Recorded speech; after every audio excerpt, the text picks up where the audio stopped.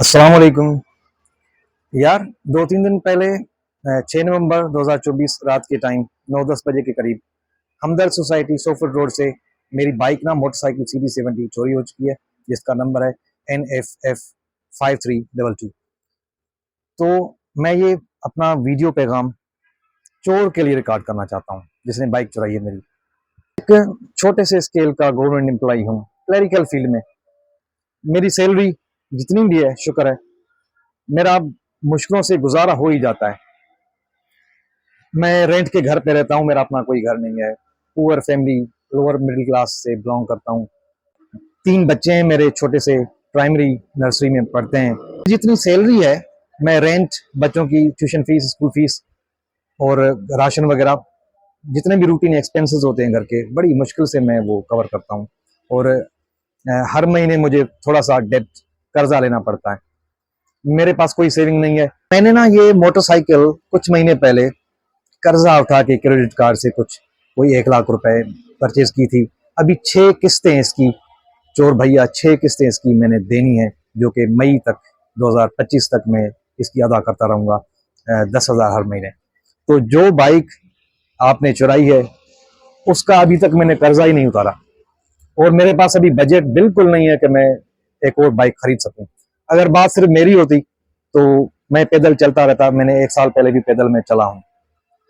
तो बच्चों की बात है यार, छोटे से मेरे मासूम बच्चे हैं, वो स्कूल जाते हैं, तो मैं वो उनको ना मोटरसाइकिल पे स्कूल छोड़ने जाता था, और घर वापस उनको ले आता था। एक सहूलत थी, और भी कई सारे काम होते हैं। तो अब मैं 6 महीने एक, और फिर शायद 6 महीने अगले भी मोटरसाइकिल खरीद करने की पोजीशन में मैं नहीं हूँ।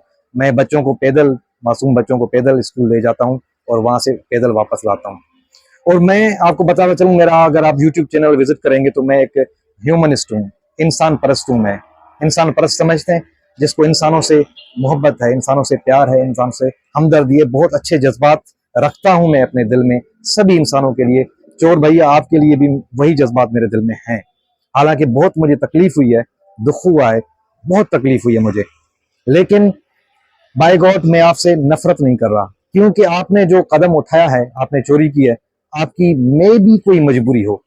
अगर आप नए नए चोर हैं तो मजबूर होंगे। हर नया चोर जो होता है वो मजबूरी से चोरी करता है, कोई शौक से नहीं करता। बहुत सोच के, बहुत मजबूर होकर हर चोर चोरी करता है।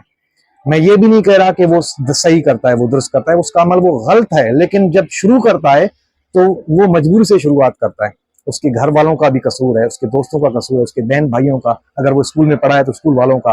पूरे एक मुआशरा एक लायबल होता है उसकी इस चोरी या उसके क्राइम, उसके जुर्म में सारा मुआशरा कसूरवार है, मुलविस होता है। ये बहुत लंबा मौजू है, मैं इस पे कभी एक और वीडियो बनाऊंगा।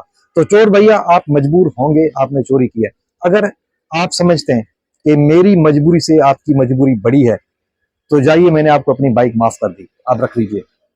कि मेरे बच्चे अब 1 साल तक पैदल जाएंगे, पैदल आएंगे, कभी सर्दियां हैं, कभी गर्मियां भी आएंगी, और कोई 2 किलोमीटर का डिस्टेंस है स्कूल और घर के दरमियान, मैं उनको ले जाता हूँ। वो बच्चे थक जाते हैं, परेशान होते हैं, और रिक्शा वगैरह अफोर्ड में नहीं कर सकता, क्योंकि मोटरसाइकिल तो चलो 50 रुपए में पेट्रोल के हो जाता था गुजारा, लेकिन मोटरसाइकिल वाले 8,000 10,000 मांग रहे हैं। मेरा बजट नहीं है, मजबूरी है, मैं पैदल आ रहा हूँ, पैदल जा रहा हूँ। तो अगर आपकी मुझसे भी ज्यादा मजबूरी है, आपके बच्चे भूखे बैठे थे, तो मैंने आपको बाइक माफ कर दी।